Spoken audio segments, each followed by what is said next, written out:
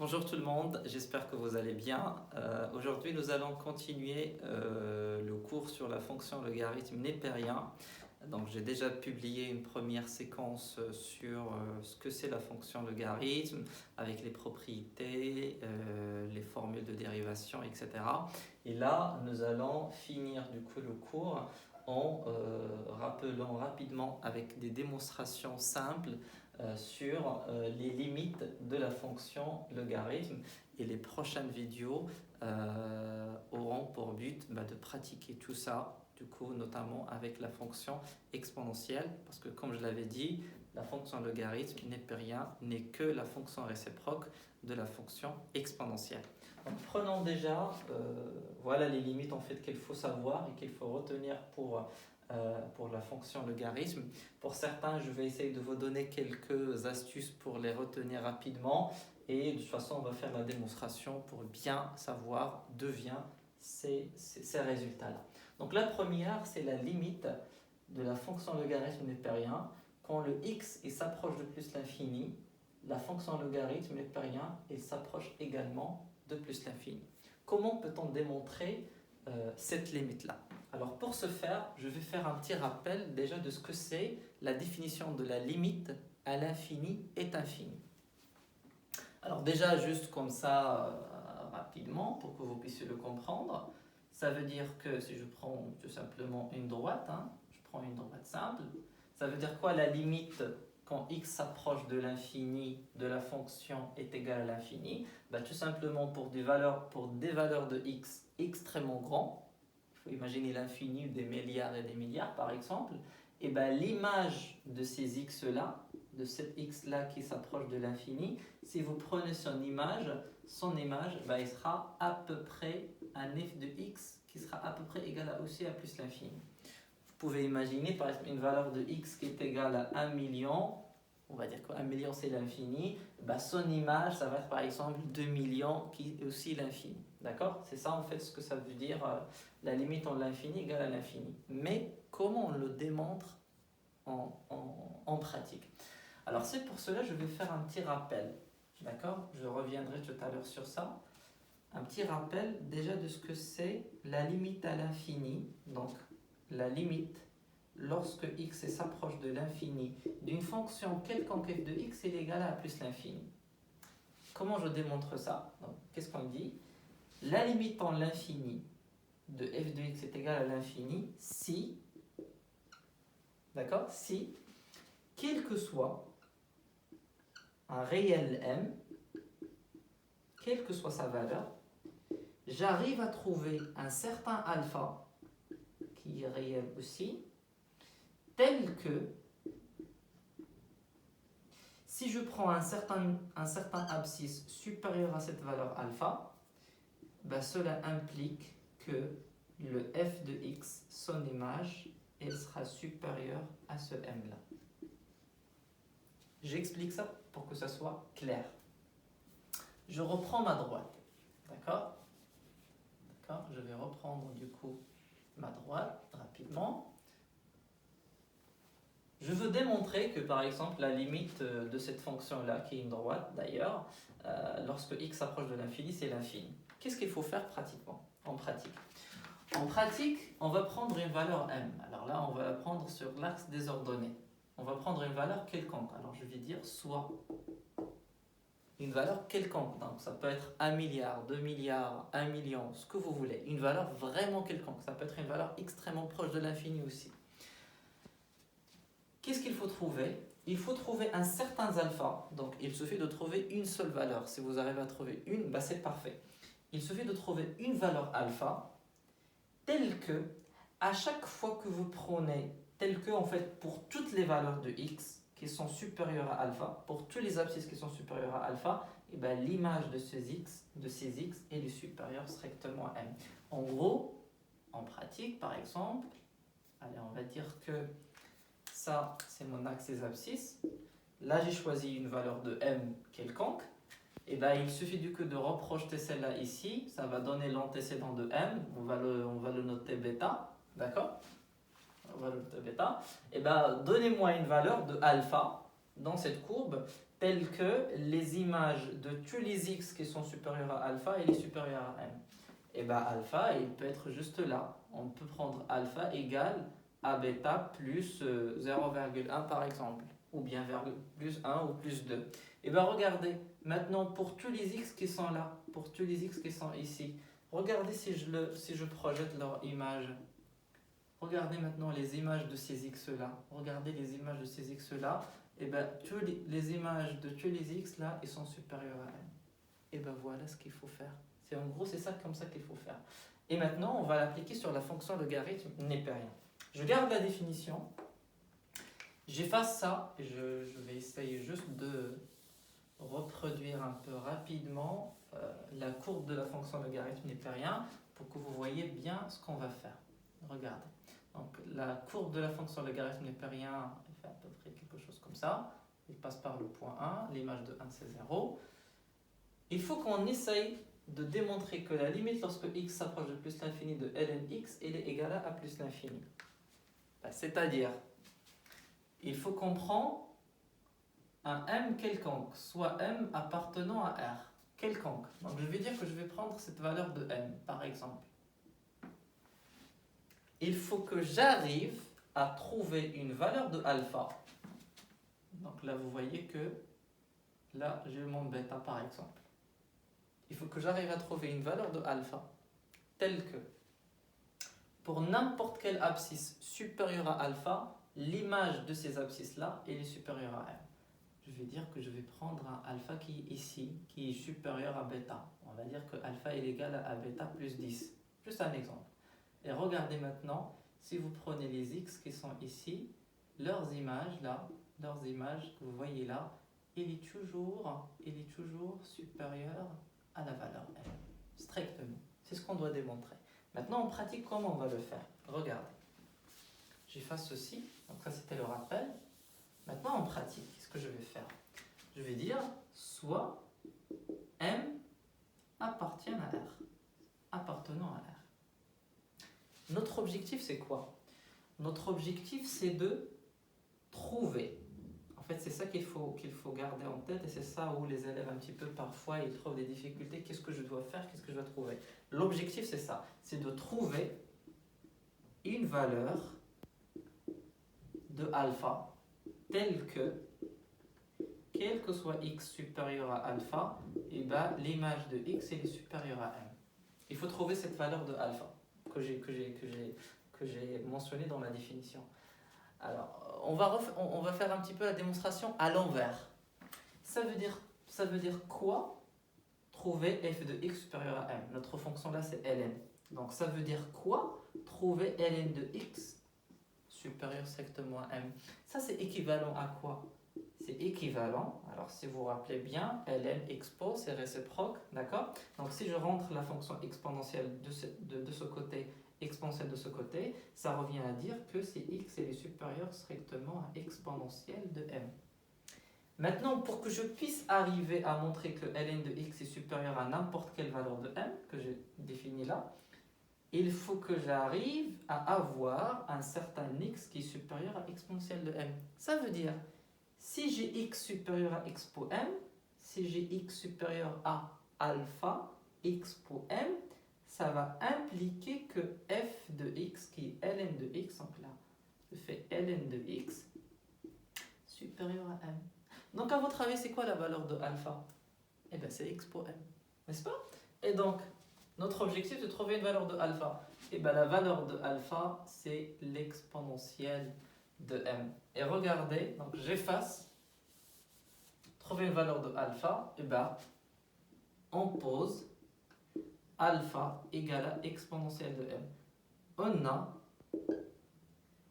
x supérieur strictement à alpha. C'est quoi alpha? Et bien, c'est exponentielle de m. Cela implique quoi? Si je rentre la fonction ln des deux côtés, la fonction ln étant une fonction croissante, on garde la monotonie, c'est-à-dire l'ordre de l'équation, c'est supérieur à ln expo m, donc c'est supérieur à m. Et ceci pour n'importe quelle valeur de m. Voilà, donc j'espère que vous avez très bien compris. Et bien c'est ça la définition de la limite à l'infini, ça donne l'infini. Donc, voilà, la limite lorsque x s'approche de plus l'infini de ln de x, ben c'est égal à a plus l'infini. Donc là, vous avez vu que notre rôle principal, c'était de trouver le alpha. Donc vous vous rappelez bien, quel que soit m appartenant à R, il existe un certain alpha appartenant à R, tel que, voilà, à chaque fois que vous prenez un x qui est supérieur à alpha, on a le f de x qui est supérieur à grand M. Donc notre rôle, c'était de fixer un m quelconque. Voilà, je m'en fous de sa valeur. Il faut arriver à trouver le alpha. Et voilà, le alpha, vous essayez de l'ajuster en fonction de votre fonction. Là, c'était simple, c'était avec l'exponentielle. Donc j'ai pris alpha égale à expo m. Et bien si je prends x supérieur à expo m, ben, ln de x supérieur à ln expo m, ln expo m, ben, c'est m. Voilà, j'espère que vous avez bien compris pour la première. Pour le reste, vous allez voir que c'est juste des changements de variables et nous allons faire le reste rapidement. Donc je vais me permettre d'effacer ceci. N'hésite pas à faire pause du coup pour recopier la correction. Et je passe à la limite en 0+. Alors, la limite en 0+, celle-là, on va la faire avec un changement de variable tout simplement et vous allez voir qu'on va retomber dans la première limite. D'accord? Donc, il faut démontrer que la limite lorsque x s'approche de 0+, ln de x est égal à a moins l'infini. Déjà pour vous rappeler un petit peu, pour ne pas oublier la limite, il faut au moins garder en tête la forme de la courbe. Regardez, lorsque le x, c'est ça en fait les x, c'est les abscisses. Lorsque le x il s'approche extrêmement de la valeur 0. Donc là je vais dire que j'ai un certain x ici qui s'approche énormément de 0. Essayez de projeter son image. Il va où quand vous prenez l'image de ce x là? Vous voyez qu'il va vers quoi? Il va vers moins l'infini. Donc lorsque x s'approche de 0+, donc il s'approche d'une valeur qui est extrêmement proche de 0 mais qui est positive, 0+, c'est-à-dire 0, le beau code 0,1. Si vous avez 0 moins, c'est moins 0, beau code 0 et le 1. C'est-à-dire soit du côté droite ou du côté gauche. Donc lorsque le x s'approche extrêmement de 0+, bah en fait la fonction ln, celle-là, il va vers moins l'infini. Et pareil pour celle-là, pour que vous puissiez la retenir, bah lorsque le x s'approche de plus l'infini, regardez, la fonction ln, il va aussi vers plus l'infini. D'accord? Donc ça c'était juste pour un petit peu rapidement mémoriser du coup ces deux limites-là. Donc pour cette limite-là, ce qu'on va faire, c'est qu'on va faire un changement de variable. On va dire on pose, pour un peu retrouver celle-là, on pose grand X, d'accord, égale 1 sur petit x.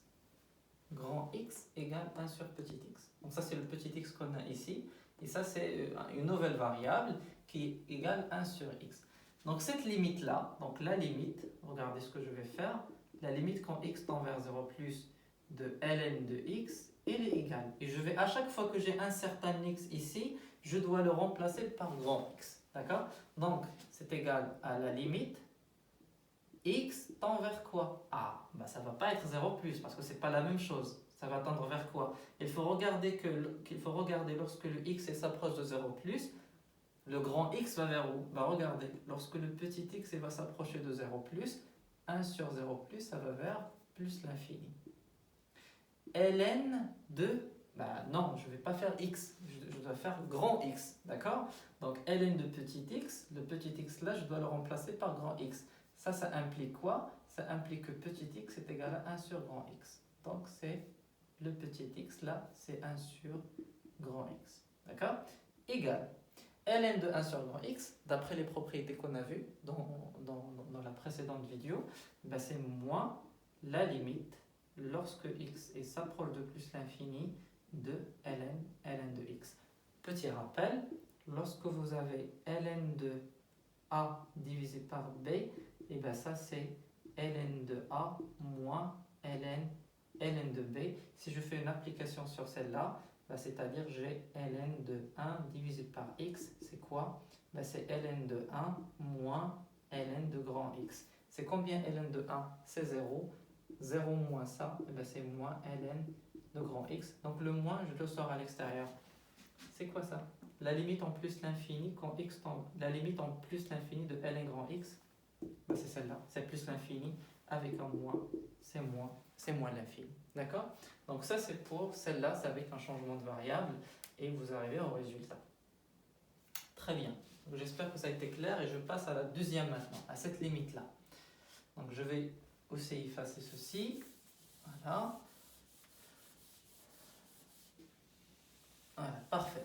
Donc la deuxième, la limite lorsque x tend vers 0, n'importe quel 0, c'est pas obligé 0 plus ou 0 moins, ln de 1 plus x divisé par x, elle est égale à 1. D'accord? Alors comment on va faire ça? Alors déjà si je remplace par 0, parce que parfois les élèves ils vont directement aller faire un changement de variable, essayer de faire des factorisations, des choses comme ça. Mais la première des choses, essayer de regarder si ça donne une forme indéterminée ou pas. Alors pour ces deux-là, on n'avait pas le choix parce que c'est des nouvelles formules.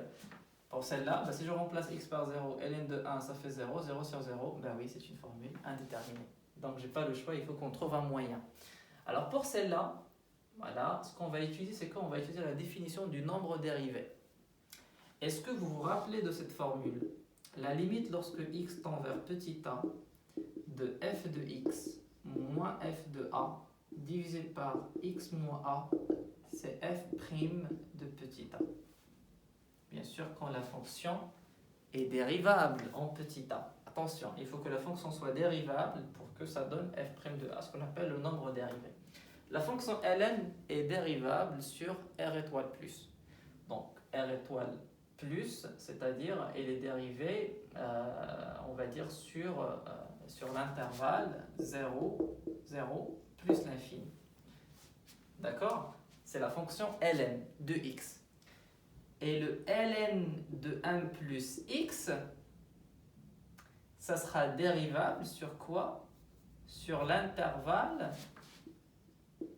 moins 1 plus l'infini, moins 1 ouvert. Donc, cette fonction-là, elle est dérivable en 0. D'accord? Parce que c'est quoi l'ensemble de définition de 1 plus x? Il faut que le x soit supérieur strictement à 1. C'est ça, x plus 1 doit être sur 0. Donc, x supérieur à moins 1. Voilà, donc l'ensemble de définition de cette fonction, c'est bien moins 1 plus l'infini. Et donc, cette fonction ln de 1 plus x est dérivable sur moins 1 plus l'infini. Le 0, il est quelque part par ici. Et bien donc, cette fonction-là, elle est dérivable en 0. Puisqu'elle est dérivable en 0, donc je peux appliquer cette formule. Regardez comment on va l'appliquer. La limite, on va essayer de retrouver cette formule-là. Donc la limite lorsque x tend vers 0. Alors le 0, il joue le rôle de petit a. Je fais une fraction comme ça.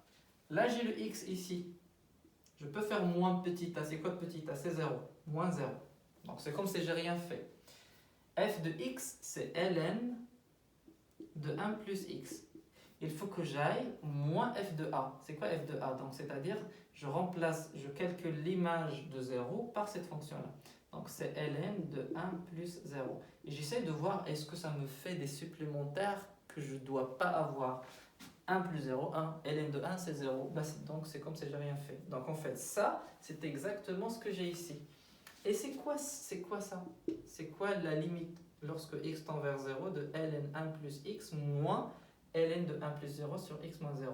Et bien en fait, c'est la dérivée, c'est f' de a, c'est-à-dire c'est ln de 1 plus x, le tout prime en calculant l'image de 0.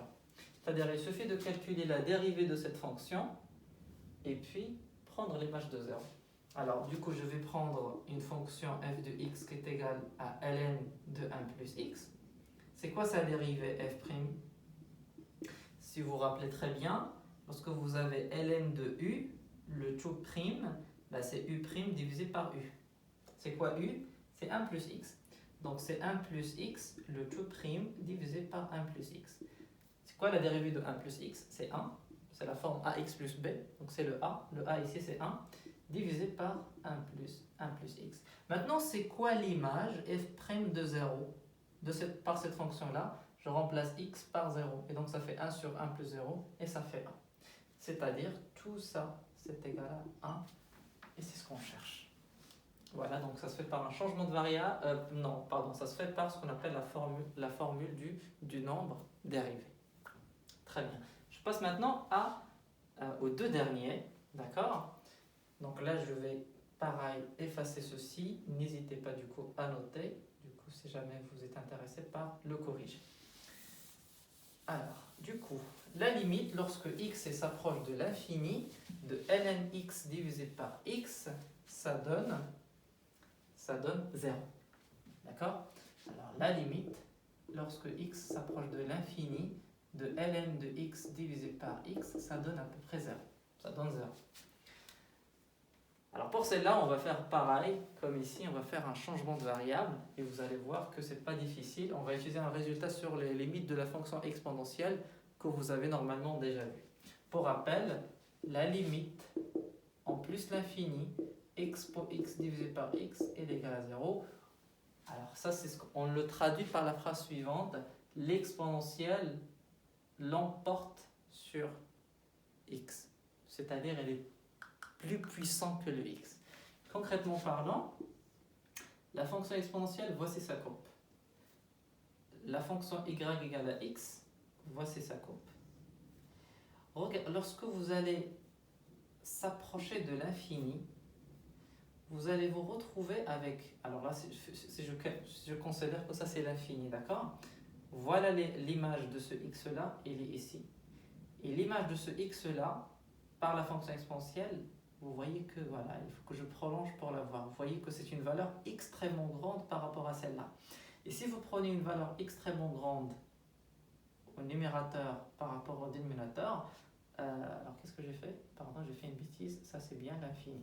Voilà, donc si vous prenez une valeur extrêmement grande par rapport au numérateur par rapport au dénominateur, c'est-à-dire que le rapport, ça va être aussi extrêmement grand. Il faut imaginer vraiment ça à l'infini. Il ne faut pas l'imaginer à des nombres petits comme 15 divisé par 5. Il faut vraiment imaginer à l'infini. Et en fait, c'est le même concept qu'on va utiliser à peu près pour la fonction ln.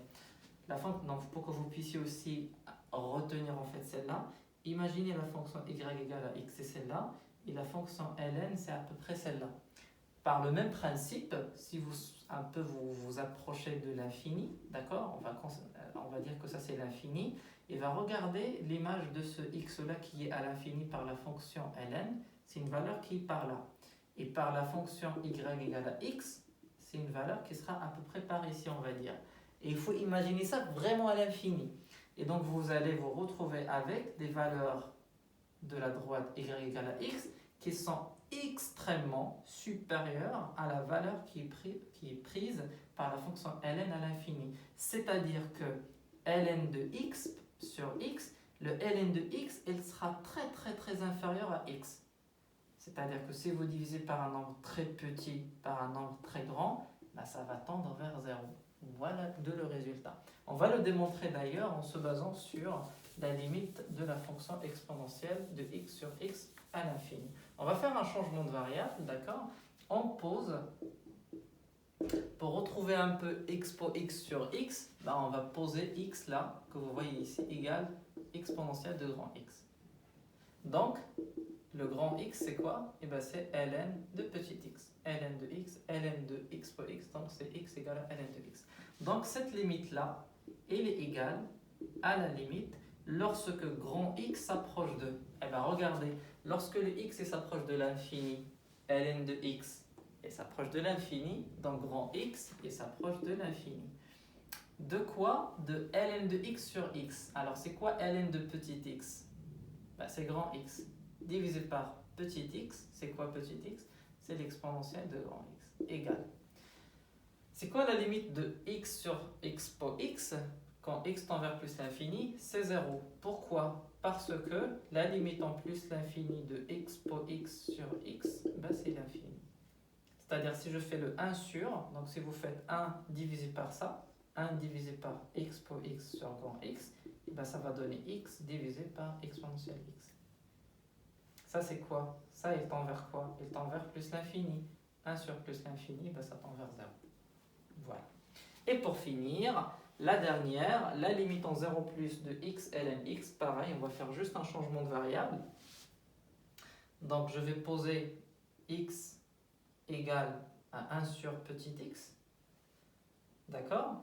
Donc cela implique que le petit x est égal à 1 sur grand x d'un côté.